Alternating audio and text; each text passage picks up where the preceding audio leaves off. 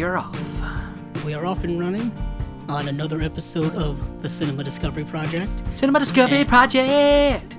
I know, nice. We need a cool, 80s, intro like that, super, wailing electric guitar. Wow, wow. Something awesome. Well, yeah, I was telling you before, I just watched Bill and Ted, so we need Bill and Ted to create us a theme song for the something that you can play the air guitar to. Yeah. Just in awesome fashion. Yeah, air guitar is something, I don't know if kids still do these days, but it was something near and dear to my childhood because I never learned how to play guitar, unlike Steven. I play a little bit, not enough to be playing air guitar, but I'll still play air guitar. I mean, it's still better than what I actually can do. So, but that would be dope. Yeah. But today we are going to be diving into another film, and the film is going to be something that Steven picked, and it was something that is in line more with my tastes, perhaps, or something that I'm fond of, and that is specifically a David Lynch art house, wreck your mind type movie, which, not that Steven doesn't like those, it's just I'm a big fan of David Lynch.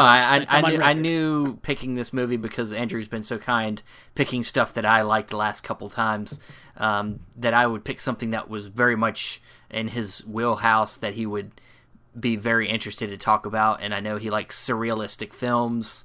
Right.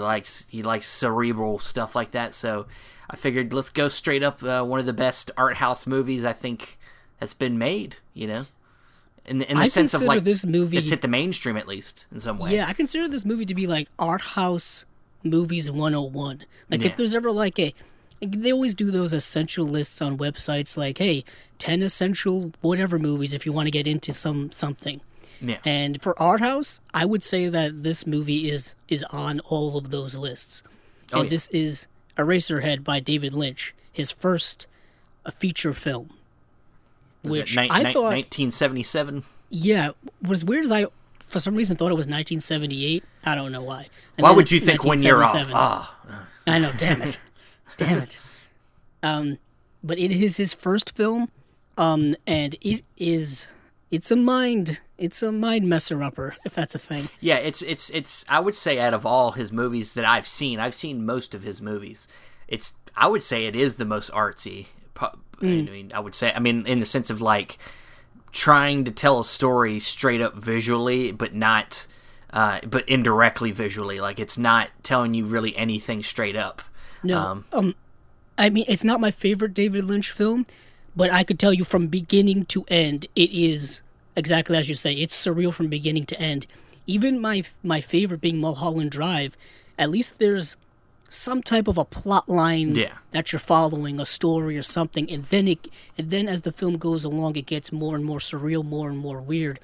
This film starts out weird and gets even weirder as it goes along, and then crescendos into a world of weird. Yeah. And it is a film, like I was telling Steven, I haven't seen in probably 8 or so years, 7 or 8 years. And I remember the first time I saw it, I wasn't prepared for it because 7 or 8 years ago, I was 25 years old, just starting getting into art house cinema, just started getting into foreign cinema, stuff like that, really expanding my horizons. And then I reached for the sky, I would say too high, slightly too high with this one. And a friend of mine, we were all sitting around, and he had borrowed the DVD because this was before the Blu-ray. And this is when the DVD was not quite out of print, but you couldn't really find it. And he had borrowed it from a friend, and we all sat around and we watched it. And I was just I wasn't ready for this. I'm traumatized by it. And then watching it all these years later, I'm now re-traumatized by it, remembering oh yeah, that's why I haven't seen this movie in 8 years. Because it is messed up. And it's not messed up in the sense it's overtly gory or it's there's extreme violence in it or anything like that. Just the whole tone of this film just gets under your skin, and the themes in it and the way it's all aesthetically presented to you is so unnerving and disturbing to me. Well, I mean, it's a very you could say by I guess whatever you want to translate as what the themes are of the story. It's a very cynical movie. It's a very cynical movie about fatherhood, about sex, about all that stuff. I mean, it's just ultimately a movie about sex, and how I would say, yeah, you could say that. I mean, I think the main consensus on it has been it's an exploration of David Lynch's fears about parenthood, fatherhood specifically when his young daughter, well, not young, she's not young now, but when she was born, Jennifer Lynch, she was born with a physical deformity. I think she was born with like webbed feet or something like that, and she had to have a series of corrective surgeries to fix that. And I think it just goes through all of that anxiety and stuff about being a parent, and the film kind of expresses those in very specific and overt ways. But it's also a film that I've heard described as a film depicting both heaven and hell, both a dream and a nightmare mixed into one. And that really describes a lot of David Lynch's work, the mixture of nightmares and dreams, at least from what I've seen from his work. There's a lot of precursor stuff in here that I would see him use later on, but we'll get into some of that. And for those of you who've never seen the film, just a brief synopsis, because we're going to spoil the heck out of it anyways. The film centers around the character of Henry Spencer, who tries to survive his industrial environment, his angry girlfriend, and the unbearable screams of his newly born, quote-unquote, mutant child. We'll get into that. But the film stars Jack Nance in the lead role as Henry Spencer. And Jack Nance, many of you may know him more specifically as being in other David Lynch works, such as The Lost Highway, as well as most prominently in the series Twin Peaks. He played Pete Martell. He sadly passed away in 1996, I believe, from I would say like a brain hemorrhage or something like that. It was a very mysterious, tragic ending where he had gotten in some type of fight and he had sustained some head injury, and then, the complications from that led to his death. And this was 1996 or so, we're talking 24 years as of this recording. So a long time ago. I have a feeling that if he had still, been alive, he would have been probably in the Twin Peaks return from a few years ago, because they seemingly got everyone back from the original series that was alive or that wanted to participate, which was about like 90% of the cast. I think he would have been in that, but he was in, like I said, other David Lynch stuff, and then he was more of like a character actor, nothing too big. He was in like the movie Barfly. He was in Blue Velvet, another David Lynch work. One of my favorites, City Heat, which I think is the Clint Eastwood film? No, with Richard Benjamin.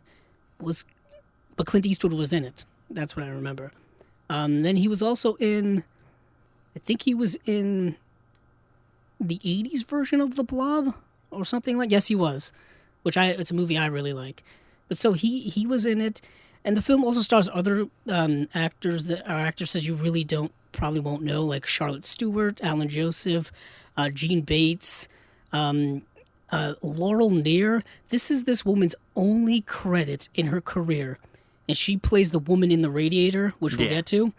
And talk about having one credit on your complete IMDb, and it's this image that is so synonymous with this movie, other than Jack Nance and his hair. I think the image of the woman from The Radiator is synonymous with the film as well. So, let's get into it, shall we? It's just going to be dangerous, but let's do it. I was going to go through some background making of stuff. We can talk a little bit about that later. As it comes up. I just think it's interesting how the movie was like made over a series of 4 to 5 years and was made on a super duper low budget. But we can maybe tack that on at the end if we have time. Sure. But the movie opens, and Steven, I don't know if you took notes for this, but I did. It opens. You have like an image of this, what I guess looks like a planet.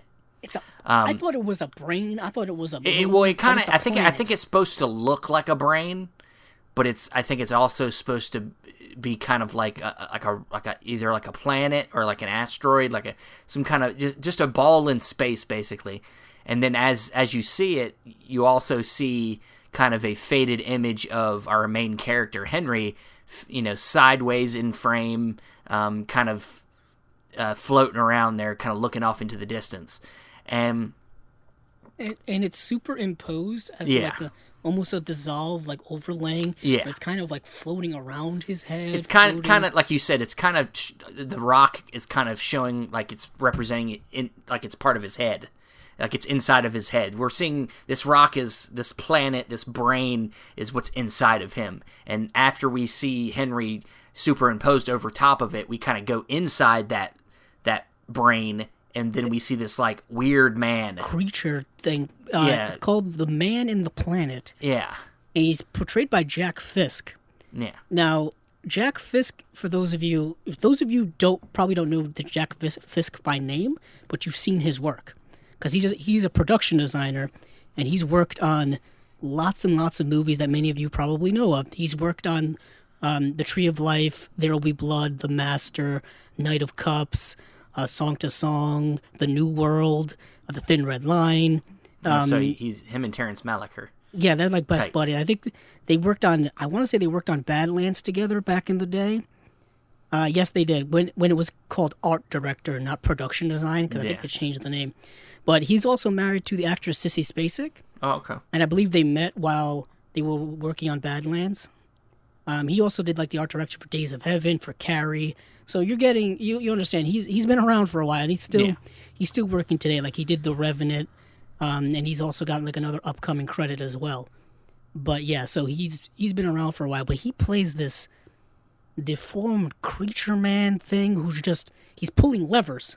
He's sitting at this window, just kind of looking out the window, and he has these levers in front of him that are there for purposes that we can try to figure out for ourselves as we go along. But and then I think as we look at that, we jump to like a puddle. There's like a puddle of water, puddle of mud.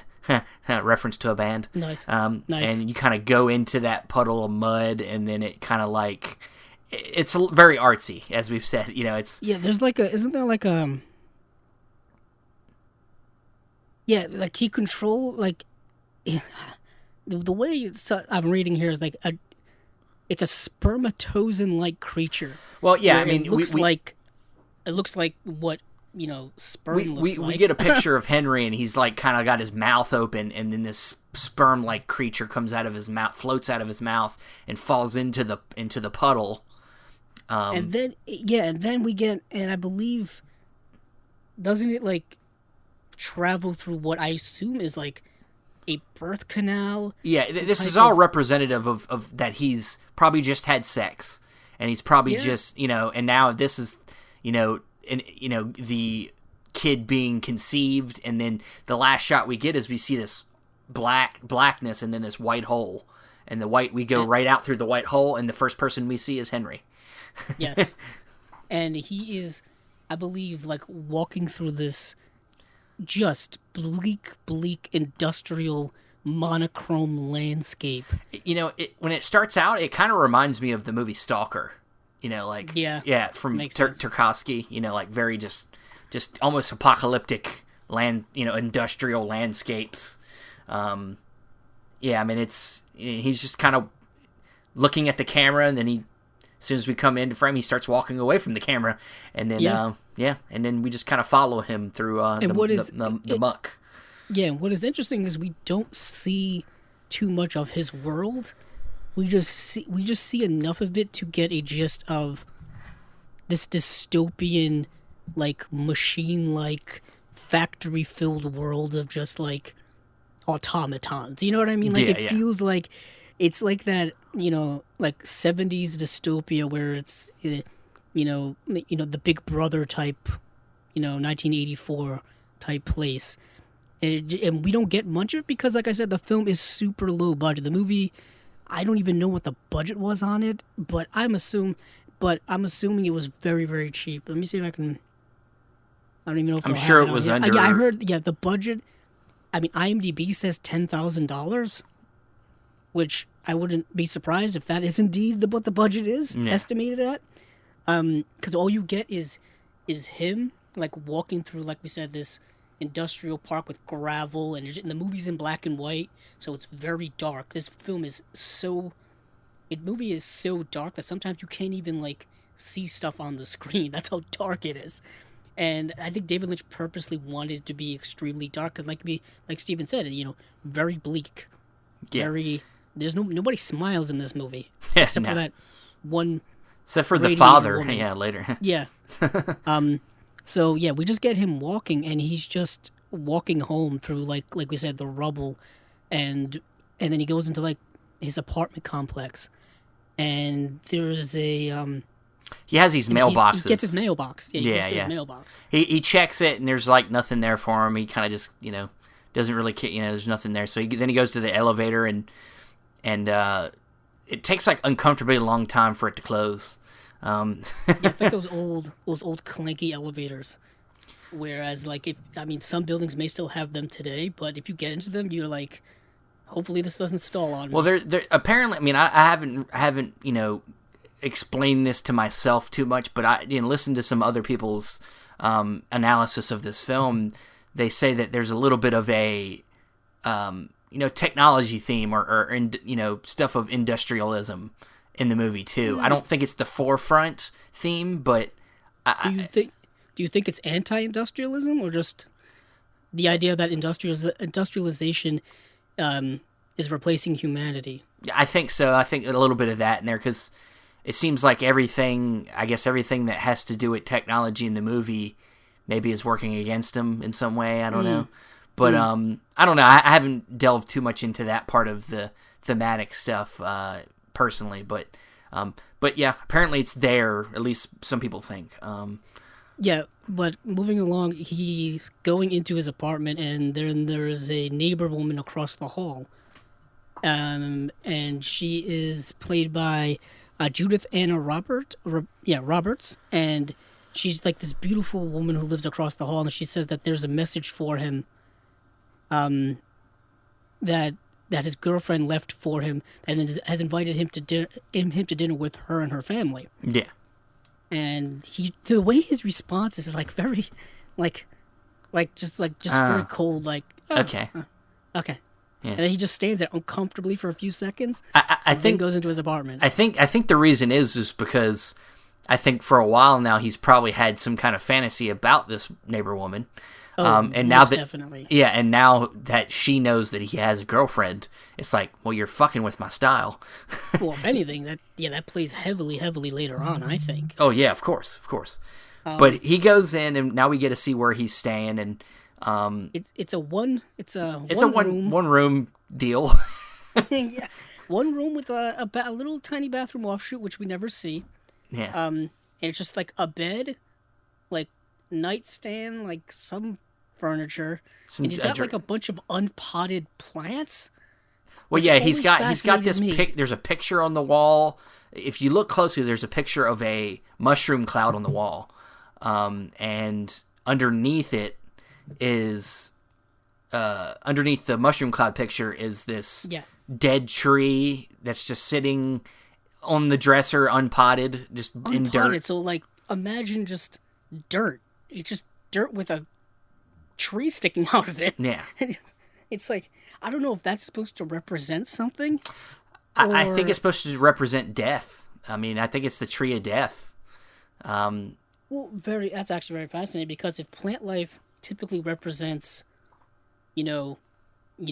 life, growth, things like that, that could very well be the opposite of it. And also, the idea of the unpottedness of it could represent freedom. I think Andrew just died. He's losing his mind over there. Speaking of death, this movie really does it to you. But yeah, I just with the picture on the wall of like the nuclear explosion, and then the tree that has no leaves on it, that's dead, unpotted, and I think it's supposed to represent death. In some way, the death, not maybe literal death, but like it's definitely figurative death. Death of the spirit, death of the soul. Yeah, because he's living a rather bleak life and dispirited life. This whole movie has no, and it's only going to get worse. It only gets worse from here. But so he goes in and now I guess you kind of just get a sense of it. He just kind of sits and looks around at things, and the radiator makes this noise, and he kind of just looks at it, and then he decides he's gonna make his way over to his was it Mary is her name, the girlfriend? Yeah, Mary X, played by that's Charlotte nice. Stewart. Yes. And so he makes his way over there, and This is probably one of the first scenes I ever saw clips of from this movie. yeah, The dinner scene. yeah, I remember seeing this and probably watching like documentaries or watching montages or watching something when I was first getting into like art house cinema, first getting into David Lynch. And so he's there and he meets the mother and the father, and then there's this grandmother who's just sitting almost talk about Well, talk about not living. She's just in the kitchen the whole time. Well, so yeah, when he comes in, he sits down, and the daughter Mary's sitting there with him, and then the mother's across from him and asks him, what does he do for a living? He's like, I'm on vacation. So to me, that kind of represents this idea of Henry as being this somebody that's not grown up. Somebody that's not really in a good place to be where he's about to be, which he doesn't know yet, which is being a father. Yeah, I mean that's very interesting. That's something that's straight out of today. Oh, yeah. Unplanned pregnancies, unplanned people having children, Yeah. and like they're not really in a solid place in their life to take on this type of responsibility, which is, as we all should know, is a monumental task, a lifelong job, if you will, a lifelong thing you have to do. And yeah, people should be taking it more seriously than I think they do. Yeah. And he's about to get a rude awakening very, very soon as to how difficult that job actually is. But we do find out that he works at a factory, that he's a factory worker. Yeah, pencil shop, isn't it? Or pencil factory. We see that later on. We say that. I assume that's where he worked, but maybe not. I don't know. But yeah, then the father comes in, and he apparently is some kind of plumber or something like that. He's apparently put in the pipes everywhere in the whole city. Yeah, he's like a man. He's man-made. Yeah, and the father seems very. I talk about it. I mean, I just mentioned there are no really happy characters. He seems like to be the only like jovial person in the whole movie. For the most part. He's very talkative. Like he doesn't mind talking and being, relatively nice. He's even going to, let Henry carve the chicken, a tiny chicken, mind you. And then what ends up happening, and this is the part that I saw before I even saw the movie, is the little chicken that's in Henry's plate starts to move. Yeah. It starts to the legs start to move and starts to go back and forth. Then it starts to bleed out, I would say. Yeah. And then the mother starts having a crazy, crazy reaction to it. Yeah, I think you could maybe it's weird. You could maybe look at this scene as obviously being more symbolism for birth, for the imagery of birth, because it's between the legs of the chicken, and the chicken's kind of pulsating its legs, gushing out. Yeah, and back to the father too. Also, I think you say he's the only character that's got some pep to him. Right. I would say maybe the reason is because he's somebody that maybe has accepted his moral place. Because I think with our character Henry, though he's not, we can tell that he's not exactly the greatest dude. I think he's also fighting with the fact that he's got guilt, and he's dealing with that. But I think the father has accepted them things that maybe in his life that he's guilty about, and he doesn't care, and so he's happy. You could say people that are okay with being morally questionable are happier, maybe. Yeah, I mean that would make some sense. I mean that definitely makes sense. Because he's been imagery wise laying pipe, as they say. Sexual. Yeah, that's what I'm saying. I mean, it's all sexual stuff. He said he's laid piped all over town. He's probably been spreading his seed everywhere. He doesn't give a shit. Yeah. I didn't even put that together until you just said that. That makes a lot of sense now. I mean, the movie, David Lynch himself has not shied away from sexual stuff in his films. at all. Yeah. So that would make a lot of sense. Um, but this kind of episode, if you will, this event leads the mother character to kind of confront Henry, if you will. Oh man, how do we describe this? She confronts him, like asking him if he's had intercourse, and then she tries to force herself upon him in a way, and that's a little weird. That's a little weird. I don't know how I can't figure out the reason for this one. I don't know what he was going for in that scene, but it leads to the fact that he's having, she brings up a child. That he's having a child. And well, I led it to believe that the child is already been because I believe she says there's a child at the hospital. Oh yeah, it's already been born. Yeah, it's already been born, and Mary is she doesn't quite say that it's a child. She doesn't quite come out and say what it is, because I don't think they say it's premature. They do say it's premature. Yeah. So he tells them that and that the two must marry. The two have to get married. Yeah. And like I said, Mary's not even sure what she had was a child. So what we get is a transition to some time has passed. Yes, time has passed, and now they're living. We learn that the couple together. have moved. Yeah, they moved into that one-room apartment. Not the best starter-upper for a family, but got to work with what we have here. And they begin taking care of the child. And I believe this is another scene where it's just him walking home. I was going to say, just he's walking home, kind of making his way. And he checks the mailbox again. Yes. And this time there's something there for him. Yes. There's this box, and it has this weird little worm thing in it. Yeah, I didn't know what that thing was. It looks like a maggot of some kind. Once again, now one of the analyses I read it, and I think I agree with him. I think this represents his seed of infidelity for later in the movie. Okay. That it kind of represents his need to his sexual desires for others, and because he's not getting it from his wife, so he's got the neighbor woman that he's has desires for, and it comes back again later. So he takes this seed upstairs, and he puts it back in this little box, and he brings it with him.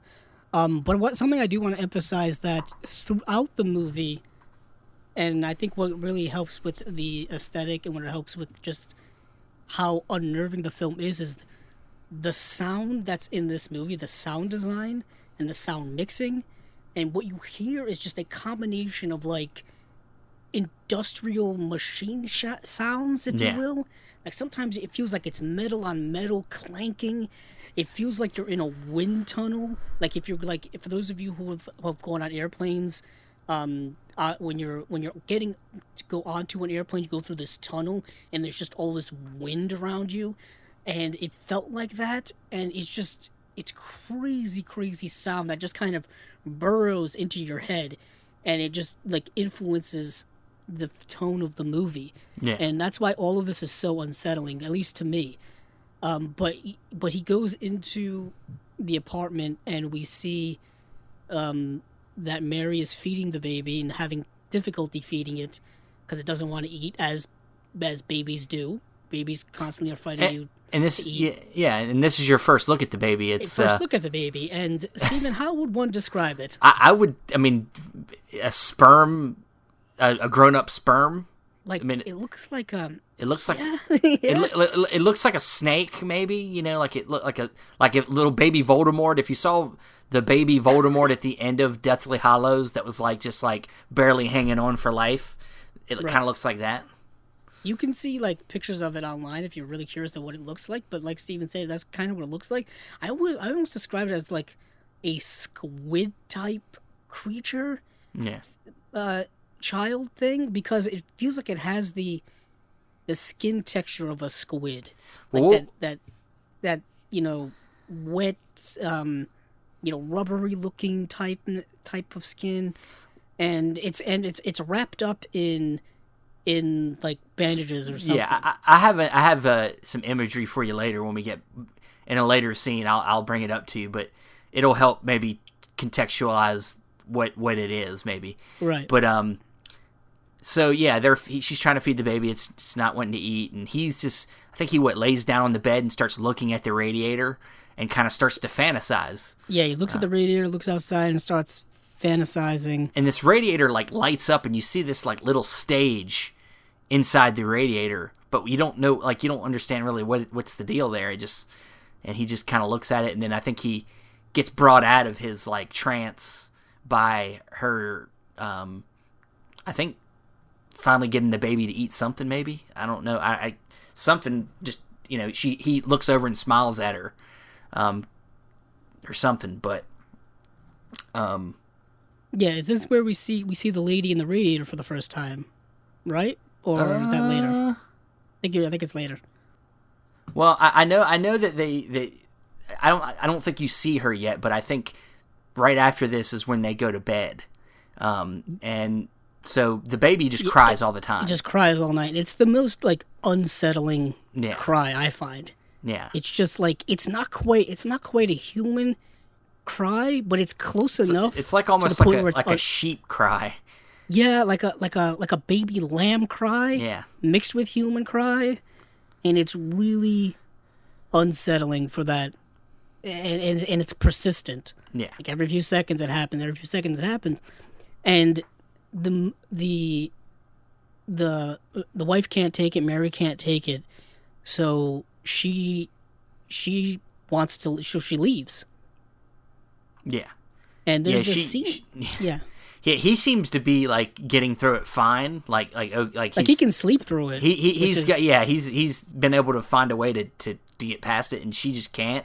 So she just fucking gets up and just screams at him. It's like, I can't take. She gets up in the baby's face, screams at it. Oh yeah, she screams at the baby, which I thought was messed up.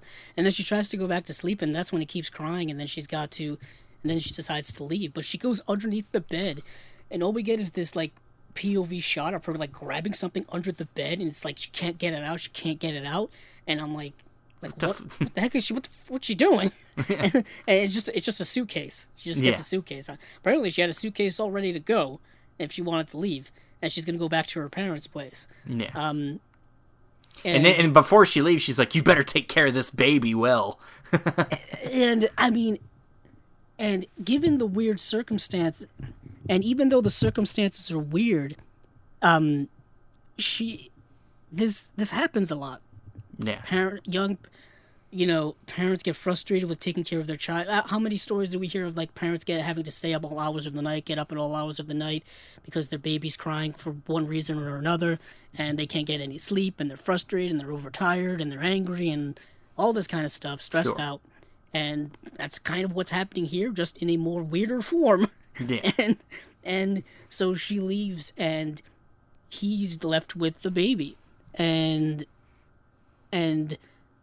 what ends up happening is he learns that the baby is sick. Yeah. Suddenly he looks back, and the baby's got these spots, bumps all over him, and he can barely breathe. It's very disturbing looking. It's gross. And so he like. Yeah, I was gonna say like they're very uncomfortable close-ups. I mean, in these little, I don't know if they're puppets or mechanical. They must be mechanical. Yeah, like puppets or. But they're great. Yeah, it's great. Even the chicken I thought was definitely animatronic. Yeah, just the way in which it moved in the earlier scene. So this, I'm not sure if it's animatronic, or if it's a puppet, or if it's a combination of both. But either way, the close-ups of the baby and just the angles that David Lynch is getting are so unsettling, disturbing for me, because he gets right up in there. Yeah, like he's not afraid to go right up in there, get a close-up of like the baby's mouth, and just a close-up of the skin as the baby, like you said, it has all these like bumps on it and stuff.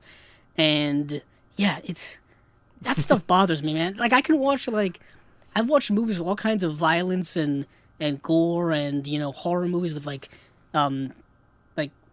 demonic possessions and decapitations and all kind of stuff, but it's stuff like this that disturbs me. I don't know why. Well, I mean, it's the fear of the unknown. You don't know what's really going on in this movie, so you're like, I just want to know more. You want to know more, but that's the thing that's good about great movies is the movies don't always give you everything.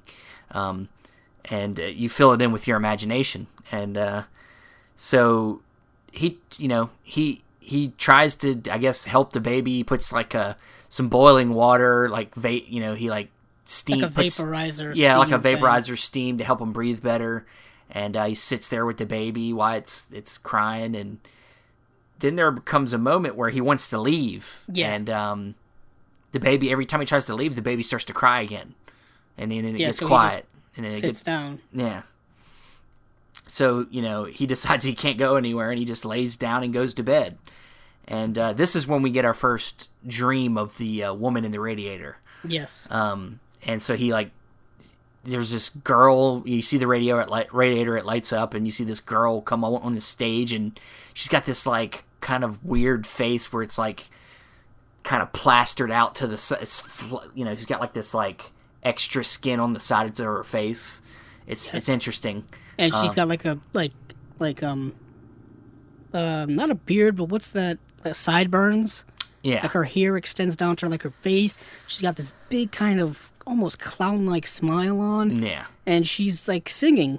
She almost looks like a Betty Boop type figure. Somewhat, if you're familiar with Betty Boop.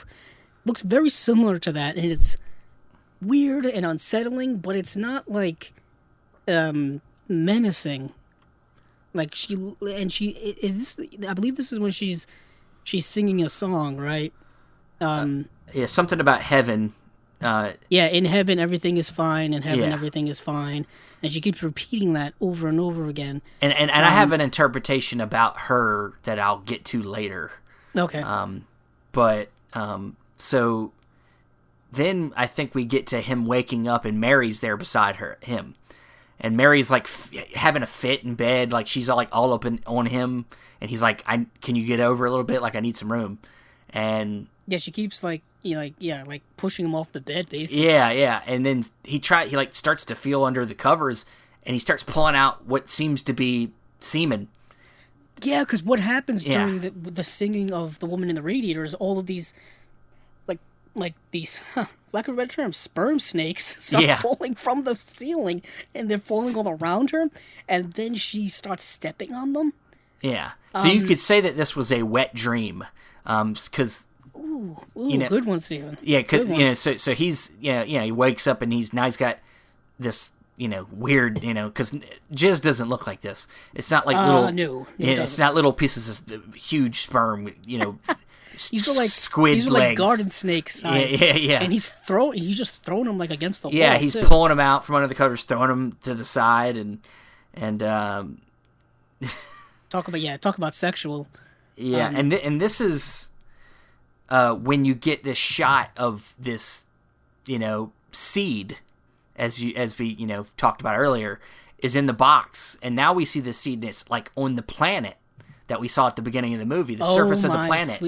And it starts like moving around, dancing around, and this is why I said that this was the seed of his infidelity. So he has this wet dream about another woman, his dream woman, and now. Literally dream woman, yeah. And now that infidelity, that desire to be with another woman is now engaged, and now we get the imagery of that seed hopping up and down, and then it's moving like in and out, moving out, and doesn't it? And at the end, opens doesn't it open its mouth? Yeah. And then we go inside of it, and then we go inside of it, and the way David Lynch takes us into it, man, this is when the imagery is like, it doesn't do us justice explaining it. You kind of have to see it to understand it. But he takes us like down another rabbit hole within a rabbit hole. If you get the Alice in Wonderland version, and we're going even deeper into this, surreal mind of David Lynch. It's crazy. So we go into like this blackness. And I think this is where we get to the affair. So he's. Just I think in his apartment, and then he runs into the woman, his neighbor, the neighbor woman, and they just kind of have a moment and just start kissing, and they go to the bed, and in the bed turns into this like just pool of white liquid or white smoke or what? How can you describe it? Yeah, and are you talking about when like they go into the bed turns into a pool? Yeah. And then like her hair becomes like a living thing. First thing is you notice she starts to notice the baby when it's there. Oh yeah, when she walks in, he covers the baby's like face for it to not make noise, to not ruin his opportunity. Yes. And then he gets away with it, and then he starts having sex with her. They're getting down to business, and she starts to notice something else, the baby in the room, but he kind of distracts her, pulls her back into the sexual nature of the situation, and then they finally kind of all float. They go down into the puddle in the bed, and this is where we get a surreal, messed up dream to mess up everything. This is where like. Yeah. Oh, how do I describe this? Okay, here we go. He has it's a vision dream nightmare where like he gets like his head decapitated. Yeah. And then in its place, the baby's head starts growing. Yeah. That's a frightening scene. Yeah. They used to use that on like posters or something, and it used to freak me out. And it's just insanely frightening. But what happens to the head is the head gets picked up by like this kid, and it when it falls down, it kind of like cracks open, and so it's like his brain is exposed. And this kid picks up his head, and he's just like running with it like it's a football.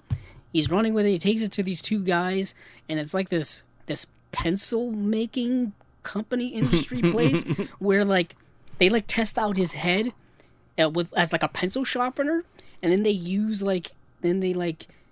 his head to make these other pencils, and then they test out the pencils to make them to see if they work, and it's like, yeah, they work, they're good. Maybe that's the idea of like Eraserhead, because when you see the pencils being made, all you see is like the erasers first up top as they're going along like this assembly line, and yeah, it's crazy. And then at the end of it, you see this cloud of just pencil dust. And then the pencil dust gets brushed off the table from the sharpening, and that's when you get that image of him, Jack Nance's Henry, with all of the dust around his head. Well, that's later. That's is that later? I thought that's that a little was later. It's a little later. Okay, not too far away from it, but I'm a little off. But either way, that's when we're kind of like brought back to like reality. I guess. At this point, reality and dreams, and it's all, you don't know what it is. To be honest, I don't know what this whole movie doesn't feel real. In the tangible terms of reality.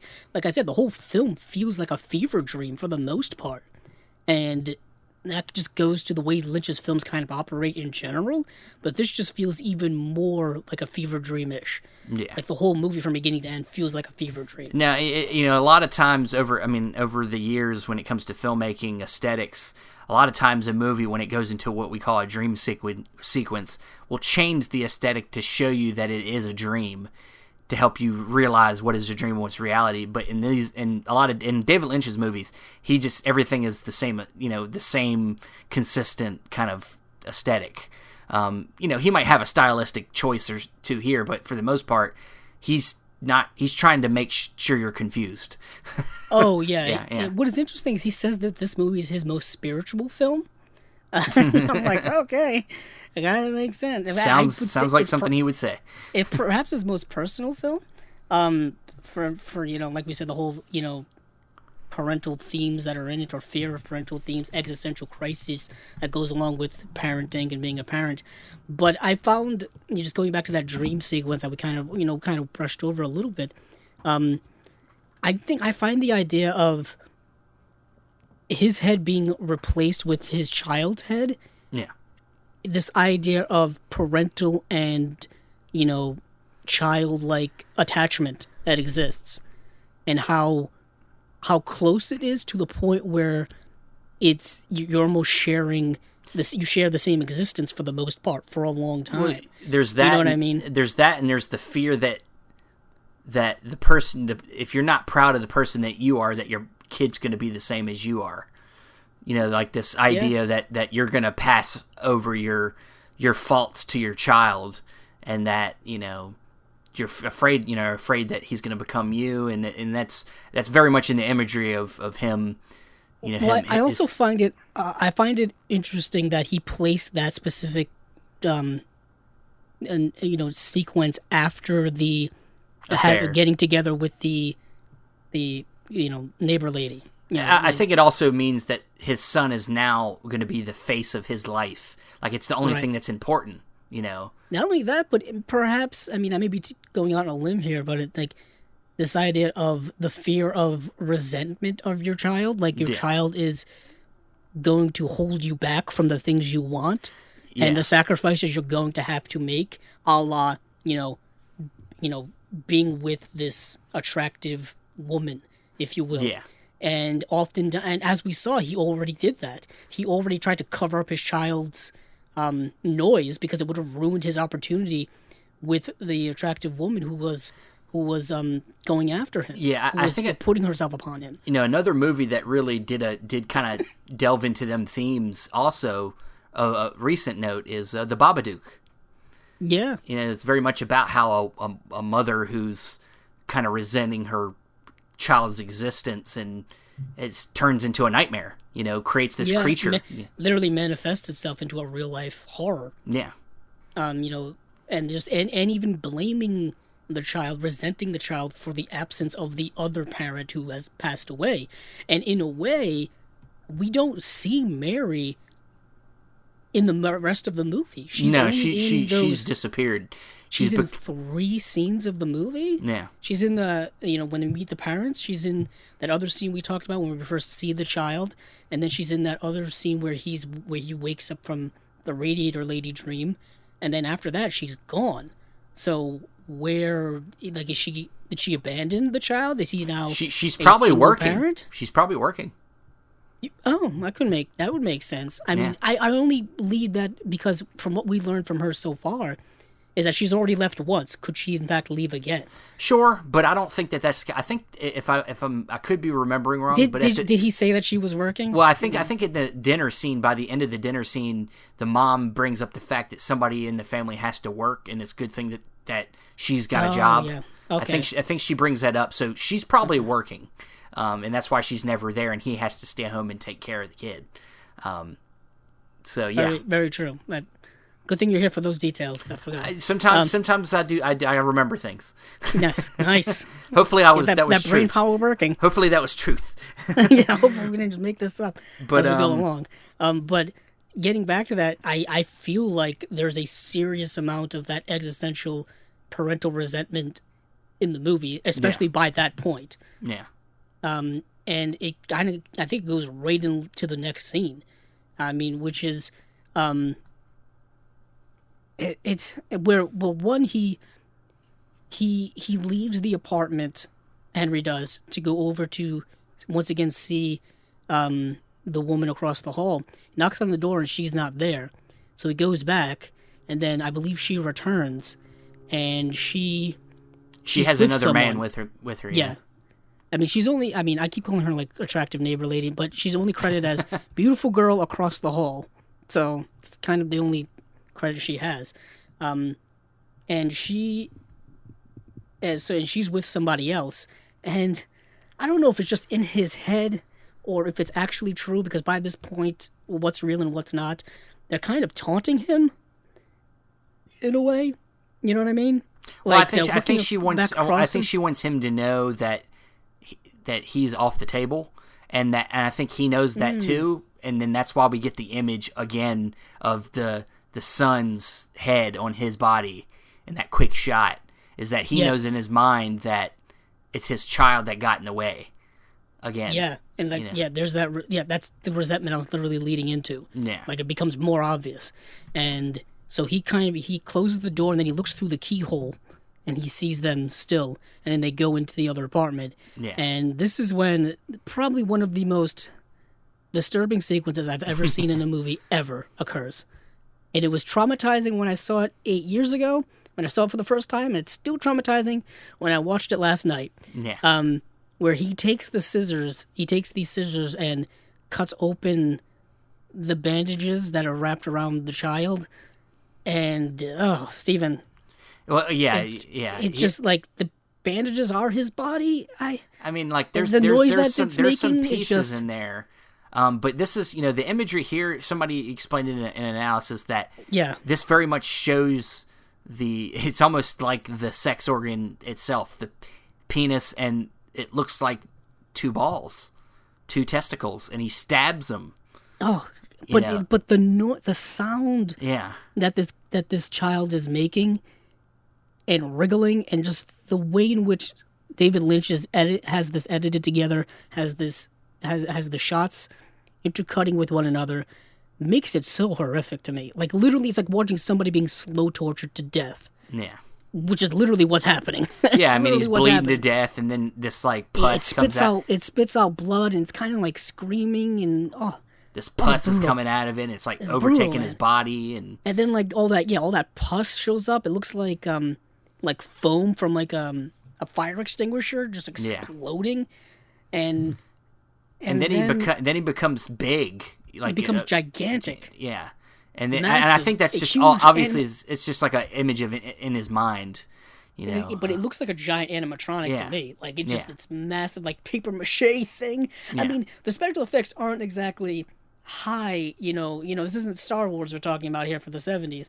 Because even with like the severed head earlier on, like it looked like a prop. Like it looked like a mannequin's head. Like it didn't look like a real head, like with moving eyes or anything like that.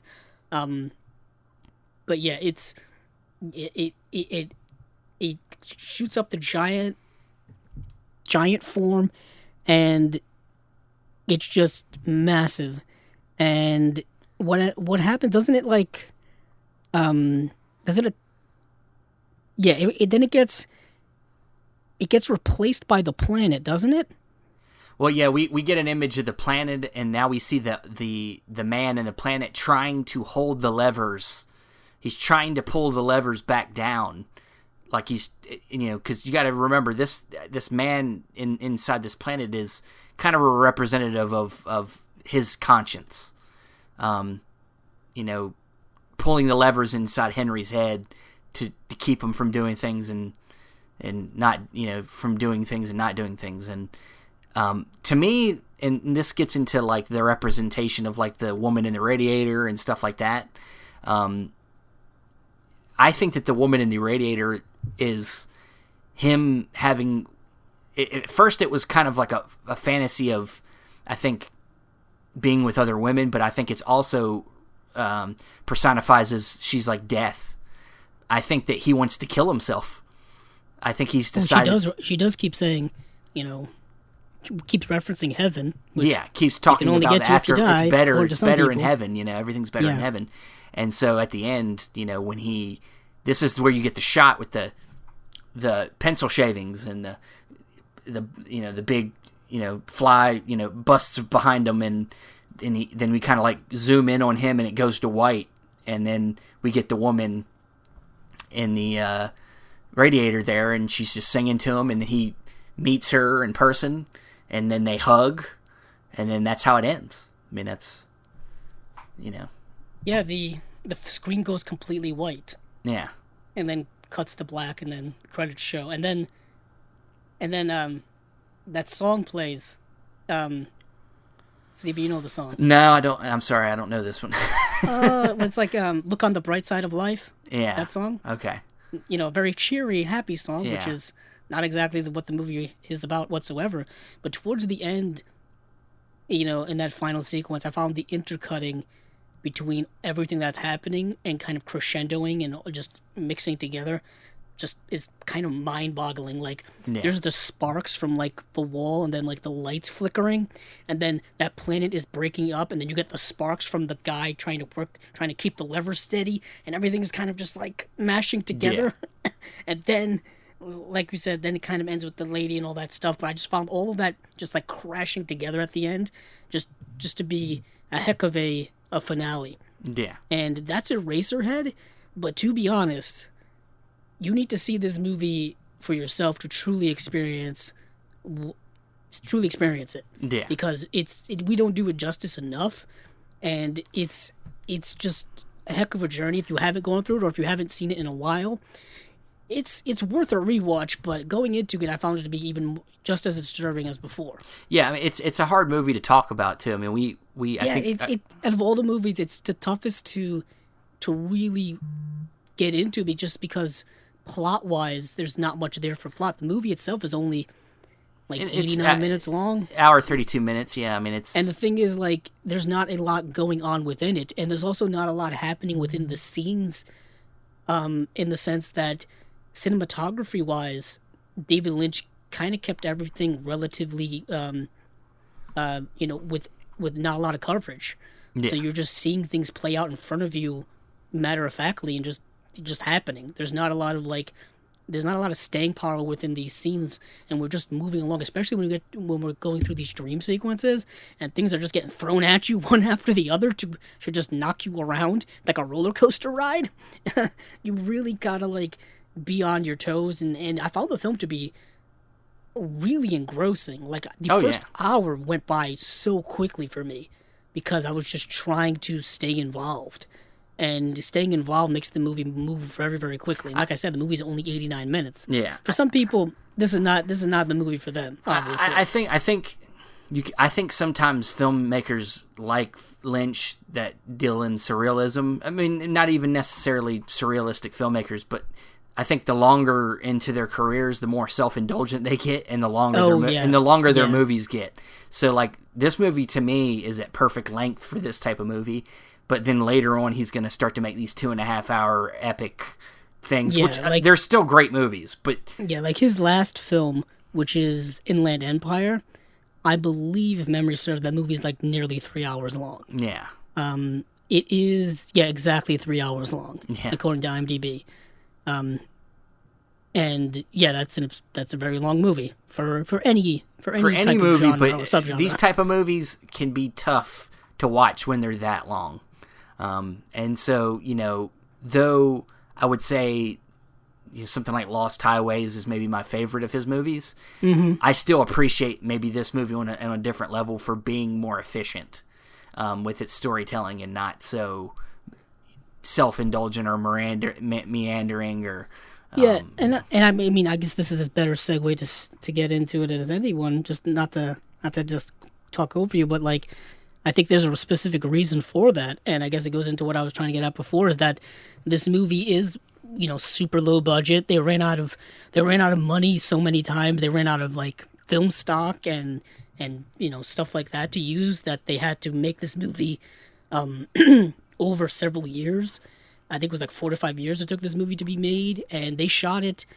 Like the AFI had like a stables that they retrofitted into sets, like an old mansion that they retrofitted into sets, and then they would anytime they would have to shoot like in town, they would only shoot when it was overcast, and they couldn't shoot with any type of modern cars or modern things in the way. So this film was very specifically done, tailor-made to David Lynch's mind and to the people involved with the making of the movie. For those of you interested in just the making of this movie, the Criterion itself has an 86-minute like making of like documentary feature that is, like I said, is as nearly long as the movie itself from 2001.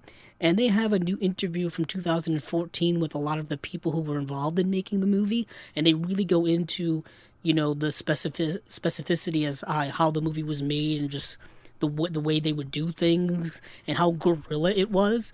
Like just to get the radiator sound, like David Lynch, like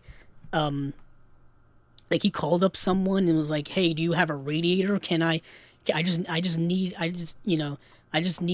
to use it to make this sound. Can I do that?" And of course, when it came to just the ideas behind this movie, David Lynch himself has said that he doesn't really remember how the origins of this movie happened. I mean, a lot of things I read online is he took inspiration from stories that he read, specifically, I think it was a Kafka story, and like another short story from like the 19th century that he had got inspiration from. But it was all funded by a grant from like the American Film Institute, which is specifically known as the AFI, and the AFI had only existed for a few years at that point, so they didn't have like a lot of publicly funded money to give away for projects. Yeah. The AFI I think still exists today. I think they're still like funding productions and all that kind of stuff. But they also they also teach people how to make movies as well. And it's like I believe it's a government funded thing. Yeah. I believe it is. And yeah, so it was a really like low budget specific movie that and that's kind of why it's very streamlined. Like every single scene, every single moment of this movie, I think is inherently important to creating this tapestry of this movie. Like I'm curious if there was a longer cut of this movie and what it would look like. Like would it be even weirder? That's what I want to say. Maybe I don't know. I don't know that it would be as good. I think this is I think this movie's pretty close to perfect for what kind of movie it is. I don't know that I would want to change anything. Yeah, and for any David Lynch aficionado, it's obviously a must. I think it's a must watch and must own. And he would go on to direct. Like, I think the movie he did after this was The Elephant Man, which couldn't be more different of a movie. Yeah. Other than it being in black and white, it's... Yeah. It's completely different. It's probably the most Hollywood movie he ever did, I would say Dune is. Well, yeah, I guess. You're right, yeah. Which is kind of interesting that he would do Eraserhead, Elephant Man, Dune, then Blue Velvet, and then, of course, Twin Peaks would kick in. Then he did Wild at Heart, which is a movie more people, I think, need to see, starring the great Nicolas Cage, as well as Laura Dern. And I just remember Nick Cage has a great snakeskin jacket in that movie. It's a really underrated movie. And Willem Dafoe plays a sleazebag in it, which is pretty much in Willem Dafoe's wheelhouse. But, yeah, I've always been a big fan of David Lynch. He was one of those filmmakers who kind of like opened up my mind to surreal cinema and the world in cinema being more than what Hollywood has shown us. You know what I mean? Like Steven and I would say we fairly grew up in similar movie backgrounds. Going to the movies as a kid to see the new arrivals and the new action movies that came out in the 90s and all that stuff. Yeah. And it wasn't until later that we got into these types of movies. So it was good. I found that David Lynch was a great place to start for me. Yeah, I would definitely attribute my spark to Andrew here. Andrew really helped open my eyes. He gave me some suggestions when we started, really becoming friends, and I started to really just branch out after meeting Andrew. And then I think also paired with that, I think I got to a point as a film person that I was starting to get bored somewhat. Like I was starting to get kind of bored by what I was watching and feeling like everything I was watching felt the same. And so I was like, well, I'm going to go watch this movie from this other country, or I'm going to watch this movie that looks weird. Like I'm going to watch a shitty movie, just because. I mean, like it's a wild world of cinema and it's not always it shouldn't always be easy. I mean, I think sometimes it's good to challenge yourself when you're watching movies too. Yeah, I always and people wonder why I love these types of movies and I love art house horror or art house cinema in general or whatever it is. Because I love movies that challenge me and also challenge the medium. Like they don't live within that rubric where you have to have, a beginning, middle, and end. You have to have a first act, second act, third act. You got to have, this story beat, that story beat, and then a climax. You've got to have a linear plot line. You've got to do all of this, I would say, traditional bullshit that they teach you in film school. But then you get into films like David Lynch and like Louis Buñuel and like Alejandro Jodorowsky and then Werner Herzog and all these other, surrealist, filmmakers and whatnot. And you realize that there are no rules when it comes to cinema and that you can do whatever you want and people can respond to that because the medium is is an artistic medium at its heart, and your art can be expressed in any way you want it to be. Yep. It doesn't have to be expressed in only this one specific way. And after you've watched, Steven and I have watched, hundreds or thousands of movies, and you begin to see like the same patterns over and over again, you want to see something different. And we always bring up this idea. I mean, I'm going to go off on a tangent, so reel me in here. But like, people always complain like, oh, that they just keep putting out the same movies over and over again. That is true. But they also put out like independent, smaller movies that people don't watch. Yes. That people don't go to the movies to watch. I think a lot of people, when they say that they want something new, I don't think they really want something new. I think they just want to see the same thing with different toppings. You want a different pizza, but you want some sausage this time instead of pepperoni. Right. They don't really want something new. They just want to see somebody else do it. And that's like I can show you stuff, but it doesn't mean you're gonna like it. Like I can show you, different types of movies, but it doesn't mean that you're gonna like it. You know what I mean? Yeah. So you got to be really specific in what you want, and how you want to be challenged. So David Lynch and all those guys, I just am indebted to them, and that's why I always. My favorite movie choices are always changing. My favorite directors are always changing, but there's certain names that stay the same. Like David Lynch, I think will always be in my top 10 to 15 filmmakers, even though he hasn't made a movie since 2006. Yeah. And you can argue that perhaps Twin Peaks: The Return is a 19-hour movie or however long it is, and people have made that argument, and I don't disagree with them because it feels extremely cinematic and it's Lynch to the 11th degree. Yeah. But he hasn't made a cinematic theatrical movie since 2006, he and I don't know if he's going to. Yeah, I don't know if he will. I mean, he continues to delve. He does these little shorts and things like that, but he hasn't done a feature in a while. Yeah, he did a short that came out on Netflix. With a monkey. He was talking to a monkey. Yeah, it's called. Is it the one that's called "What Did Jack Do"? Yes, it is. Yeah. In a lockdown train station, a homicide detective conducts an interview with a tormented monkey. Yeah, it's only like 17 minutes long, and it's insane. But it's so David Lynch. And now every day he does like a weather report. As of this recording, as of whatever the day is, August 28th, 2020, for like weeks and weeks now, he's been doing daily weather reports. Just from like his office and his home, I guess, or wherever in California, and it's just him looking out the window saying, it's cloudy today or something like that, or he'll say like so many random David Lynch stuff. But to me, I think he's a cinematic treasure because if you've ever seen him in interviews and the way he talks about movies, and he has this thing where like, and what is interesting is we break this rule all the time, but he said that like. People have this tendency to right after they see a movie, they want to analyze it right away. Yeah. And he's like, no, don't do that. You shouldn't be doing that. And we break that rule all the time because that's what we do. I definitely do. I don't like to ever, I like to have first reactions, but I never will condemn a movie.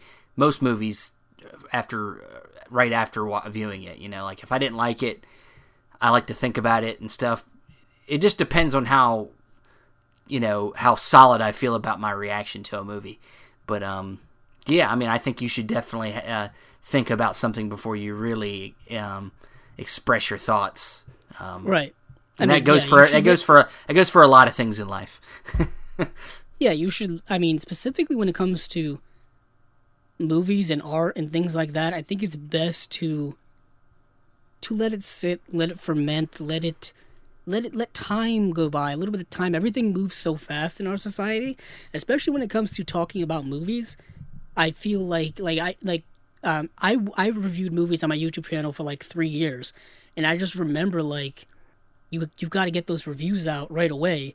And it's like it's so many people like doing them like from their phone at the movie theater as they walk out, and I'm like, whoa, that's they're trying to beat the rush, I guess.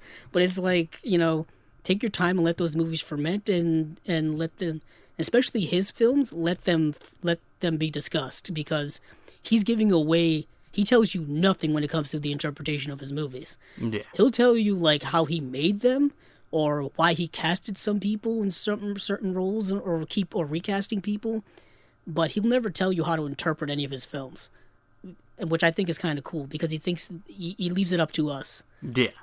As individuals, because movies speak to people differently. Yeah. They really do.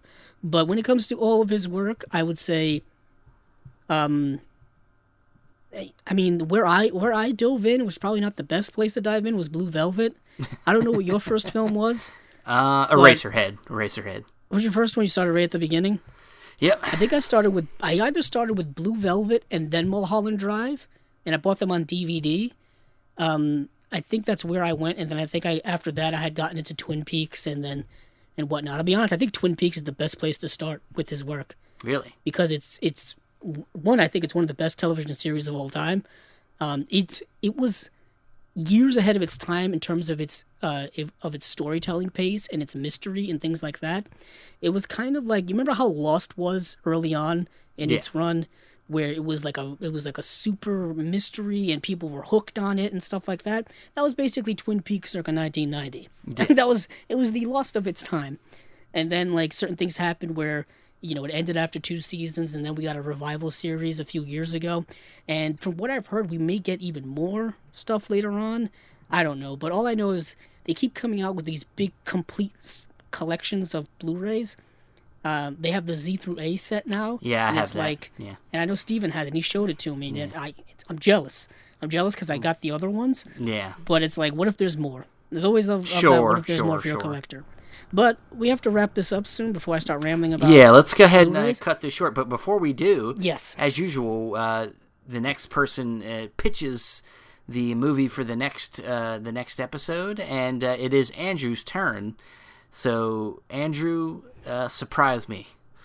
Ooh, here we go. So I'm always as ill prepared for this as possible. Yeah, so he typically does not. He waits to the last minute to figure out.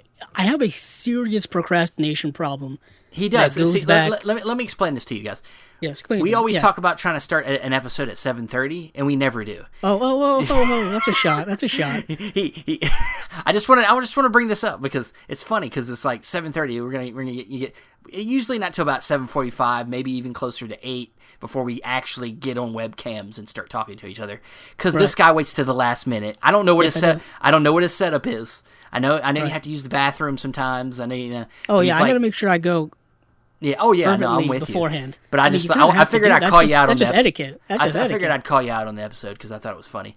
Yeah, of course. Why not? I mean, he's not lying. I do wait till the last second, and I do have a serious procrastination problem, and it goes back to like I'll be honest, I kind of blame schooling for that. I don't know, because I used to do it all the time in school when it came to like deadlines and like dates when you have to get things due by and all that kind of stuff. I would always wait till the last second, and it also created like a lifelong series of anxiety that I have because of it.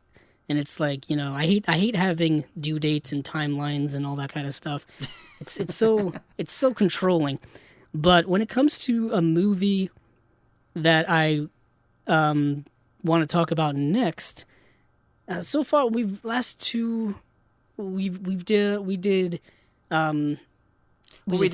comedy, we did a coming of age story, and then now we did David Lynch, Eraserhead. Them are the last few we've done. I think it's time we go animated, because we've never done animated before. Well, I don't know that we've done. Have we done an animated movie? Have we ever done one? I don't believe so. Well, we might not have. I don't know. I'm gonna go with one of my. I'm gonna go with one of my favorites of all time, and I rewatched it recently for my birthday a few months ago, and that is Hayao Miyazaki's Princess Mononoke. Okay. Because it's one of my favorite animated films of all time, and it'll give us an excuse to talk a little bit about Studio Ghibli, and talk about their world of cinema that's been around for a long, long time. And I think Princess Mononoke is one of my favorite. A lot of people would say that Spirited Away is their favorite, and I was battling back and forth, but I feel like Spirited Away gets brought up and talked about a lot more than Princess Mononoke does. Yeah. So I thought I would go with that. I just really love No, this movie. And I actually kind of tend to agree with. I kind of enjoy that Princess Mononoke more. Even maybe something like Howl's Moving Castle would have been where I would have went. Yeah, Princess Mononoke is great. Yeah, Howl's Moving Castle, Castle in the Sky. Yeah. I mean, we'll get into all of the titles like Nausicaa, Valley of the Wind, which I think is underrated. Even My Neighbor Totoro is fantastic, but it's such a light and happy movie that I don't know if we could dedicate a whole episode just to being I think if we went way how back, cute is that Totoro? I think after after Eraserhead, we can't go too far in the other direction, or we're gonna have a heart attack or something. It'll be too much of a shock. Yeah, it's like when your body goes from like extreme heat to extreme cold. Yeah, we don't want to kill somebody on the other end of this episode. Listening to us talk about Eraserhead and then going to something really happy. And then we're gonna go to I can't even think what's the happiest movie of all time, but like something super happy. Yeah. Singing in the Rain or something. I don't know. Yeah, I'm trying to think of there's a movie Happy Go Lucky. That's the Mike Lee movie. Is it Happy Go Lucky? Yeah, with a Mike Lee movie with. All right, this is a tangent that we don't need to go on. Yeah, come on now. All right, but I at least want to make sure that I got the right title of the movie. Oh Jesus! Yeah, it is called Happy Go Lucky with Sally Hawkins, where she's just super happy. She's super happy and optimistic the whole time, even when people are yelling at her. She can't stop smiling. It's we don't want to go that level of happy. How about an Ernest movie? Oh, what was your favorite? Ernest Halloween. Oh, that's everyone's favorite. Yeah. Everybody likes that one or the Christmas one because they play it every year during the holidays. Sorry. I always liked Ernest Goes to Jail, but nobody ever liked that one. That one's kind of weird. That one's kind of dark. Yeah, he's got an evil doppelganger in it. Yeah. That is pretty good. That one's pretty good too, though. Yeah. It's been a while since I've watched them. But let's stop the rambling. So next episode, we will be talking Princess Mononoke from Hayao Miyazaki. So that'll be great. And where can we find you, Andrew? You can find me on Twitter at Capzilla06, as well as my YouTube channel, Capzilla Productions. And you can find me on Facebook, Stephen Billings. You can find me on Instagram at Cinema Discovery Project or on Letterboxd at Cinema Discovery. You can find the audio for this podcast on Podbean and Apple Podcasts. Thanks for listening, and hey, keep on watching them movies. I know I will.